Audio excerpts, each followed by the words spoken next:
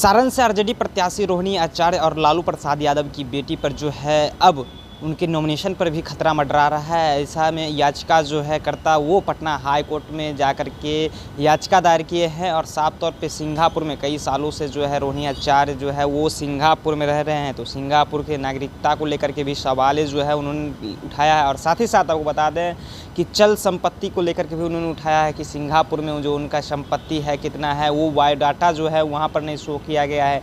तमाम तरह के आरोप जो है अब उन पे लगाया जा रहा है। ऐसे में बताया जा रहा है कि उनका जो है सारण लोकसभा से जो प्रत्याशी बने हैं उनका कभी भी खतरा हो सकता है, नॉमिनेशन रद्द हो सकता है। इसको लेकर के क्या कुछ कह रहे हैं बीजेपी के तमाम नेता, ये भी सुनिए। ऐसा है कि हम लोगों ने जब उनके नामांकन के समय में विरोध अपना दर्ज किया था और हमने कहा था कि इसकी समरी आप जांच करें, तो उन्होंने कहा था कि ठीक है हम इसकी जांच करेंगे, लेकिन उन्होंने नहीं किया।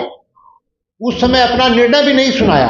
तो हमने फौरन, हमारी एक टीम छपरा में थी और दूसरी टीम पटना में थी, जिसमें कि हमारे बिहार के भाजपा के ही प्रवक्ता संजीव मिश्रा जी, श्री दीपक जी, श्रीमती प्रियंका राजलक्ष्मी, सभी लोग चुनाव आयोग गए और मुख्य चुनाव अधिकारी जो बिहार के हैं उनके सामने भी उन्होंने अपना विरोध पत्र दर्ज किया था कि इस पर तुरंत कार्रवाई की जाए।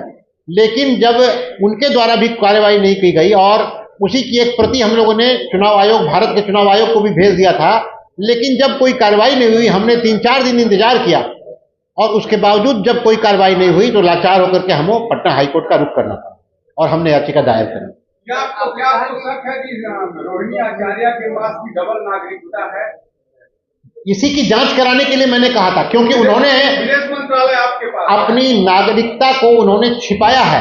उन्होंने अपनी नागरिकता या अपने घर के बारे में अपने पूरे नॉमिनेशन में कहीं जिक्र नहीं किया। सिर्फ उन्होंने 208 कौटिल्य नगर लिखा है, लेकिन 208 कौटिल्य नगर जो है वो किस तरीके से वहां एड्रेस उन्होंने दिया है इसका कोई जिक्र नहीं है उनके नामांकन पत्र में। इन्वेस्टर आपके वहां पे हैं, जहां से वो आती हैं, वोट होके आई है, तो वहां की नागरिकता उनके पास है या नहीं है, वो एम्बेसडर तो आपको बता सकते थे। देखिए, ये सरकार का मामला है।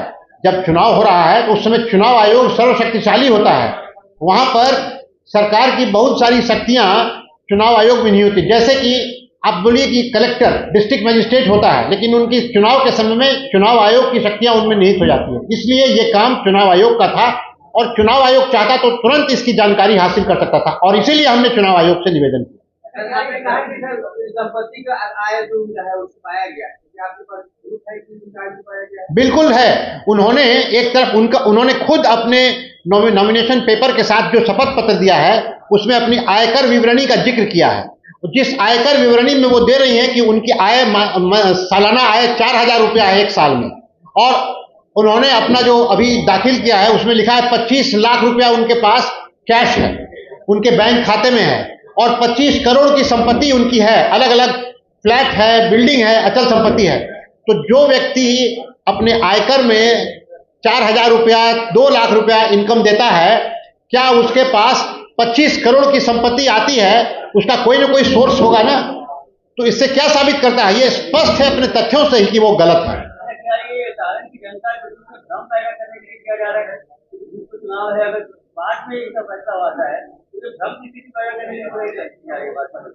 बहुत सुंदर क्वेश्चन आपने किया है।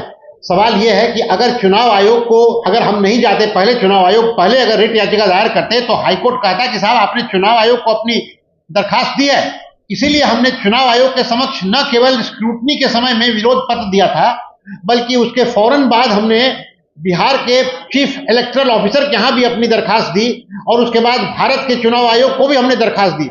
जब कहीं से इस पर सुनवाई नहीं हुई तब लाचार होकर के हमको रिट याचिका दायर करनी पड़ी है। इसलिए भ्रम की स्थिति का कहां सवाल है? अगर उनके नामांकन में तथ्यों में गड़बड़ी थी, विरोधाभास था, झूठ था, तथ्य छिपाए गए थे, इस वजह से हमको ये कदम उठाना पड़ा है। बहुत बहुत धन्यवाद।